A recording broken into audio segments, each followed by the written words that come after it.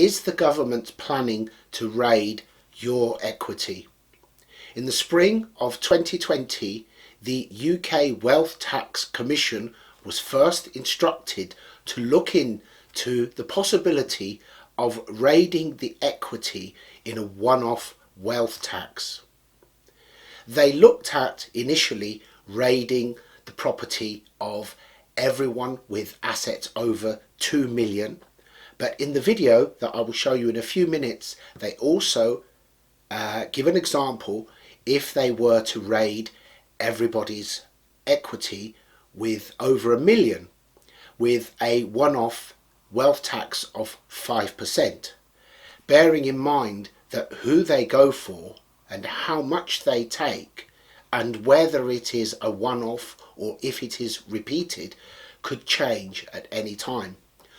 What's really worrying is that this has been out there for 2.5 years now and hasn't really been discussed. It certainly hasn't been covered by the mainstream media. What a surprise that is, but this is a really, really worrying step. Some of you who live up north or just have one property that's not worth anywhere near 1 million or 2 million may be thinking, well, yes, why not? But 1 million is not really as much money as it may sound. And as you'll see when you watch the video, they will be taking a significant amount of equity from people who literally have done nothing to deserve it, apart from being successful. But as always, it will be a certain portion of the population who will suffer this. And as always, I have no doubt that a certain portion of the population will know in advance exactly what to do to avoid it. This is a very, very dangerous precedent because, as we know, over the last decade or two, incremental changes by the government, even though they may have appeared to have been an effort to help young people get on the property ladder, in reality, they have done the complete opposite. Most young people now who are graduates with £50,000 or £60,000 worth of student loans, they need massive deposits to be able to buy property. They have to fit into a strict affordability criteria. And even though now the property market is calming and falling in many places, although by how much, that's fluid, that changes on a day-to-day basis, even though I do believe that we will see significant falls in many places, that doesn't make it any easier for them, because what they've gained on the fall in price of property, they're losing on the affordability because the interest rates have gone up and the mortgage deals are roughly triple what they were just a few months ago. So effectively, over the last decade or two, the government has blocked the inflow of young people into the property market.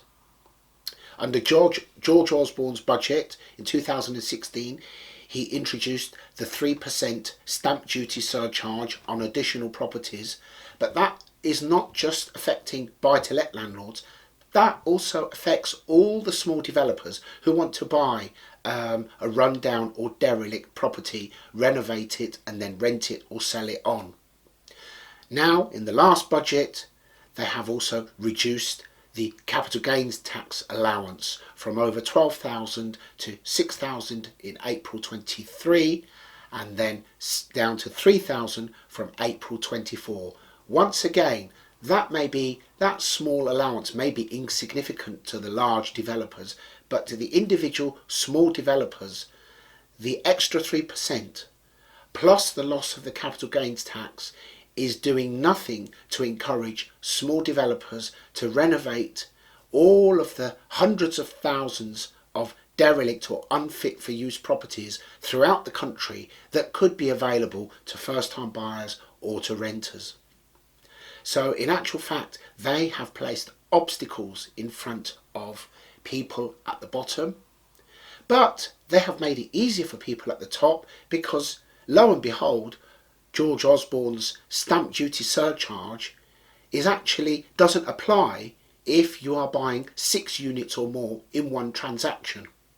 So despite the narrative, it's not the individual landlords that have been a threat, because the average landlord in this country doesn't own many properties. The actual figures are over half, 55% of buy-to-let landlords own just one property, and 36% own 2 to 3 properties. So who owns the rest?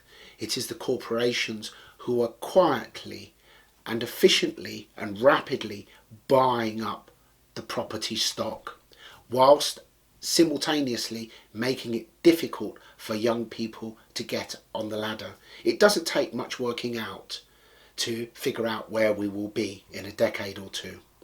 In the meantime, I'd like you to watch this video. There's a cost of living crisis going on. UK living standards are predicted to fall at the fastest rate since records began. Whilst the Chancellor has recently implemented some support to help ease this pressure, this has been accompanied by a large rise in national insurance contributions, which disproportionately hurts workers. But what if there were a solution? Take a look at this graph. It shows the entire distribution of wealth within the UK, from the poorest 10% to the richest. Note the median individual, with a wealth of around £100,000. Looking at just the top 10%, we can see they have significantly greater levels of wealth. This is made up mostly by the businesses these wealthy individuals own, as well as things like houses, cars, and savings. This high level of wealth inequality has been a long time coming. After the 2008 financial crisis, the Bank of England slashed interest rates in an attempt to stimulate the economy. But this also made it easier for people to buy assets, like housing. As a result, since 2009, house prices in the UK have continued to grow at a rapid rate, serving to make those who own them only richer. This trend has only continued during the pandemic years, only worsening wealth inequality. At the same time, nearly 9 million of those with the least wealth had to borrow more than usual to make ends meet during the pandemic. To fix this, the government could introduce a one-off wealth tax. Let's look at just the richest 10% to see the effects of such a tax. A one-off wealth tax of just 5% on all wealth above £2 million could raise 80 billion. Lower the threshold to 1 million and a one-off wealth tax could raise 146 billion, affecting just the wealthiest 6%. To put that into perspective, that's enough to delay the recent rise in national insurance contributions for around 13 years, or enough money to provide each UK household with over £5,000 to help people deal with the current high living costs. Some have feared that such a tax would simply lead to wealthy individuals moving abroad to avoid paying. But even if they moved away, individuals who had been UK residents at or shortly before the announcement of the wealth tax would still be covered. Another worry is that some people who, despite owning large amounts of wealth, such in the form of property, do not have enough income to pay the tax. But for these people, the tax could be paid in instalments with an option to defer payments until they could find the necessary money to pay the tax. Given the rapidly rising cost of living, such a one-off wealth tax starts to make perfect sense. Pretty shocking, isn't it? What worries me is if you go to the website ukwealth.tax, the full report is on the website, and if you download the full report and go to the very end, they also mention repeating this so-called wealth tax. And yes, they do give arguments against it, but not very strong arguments.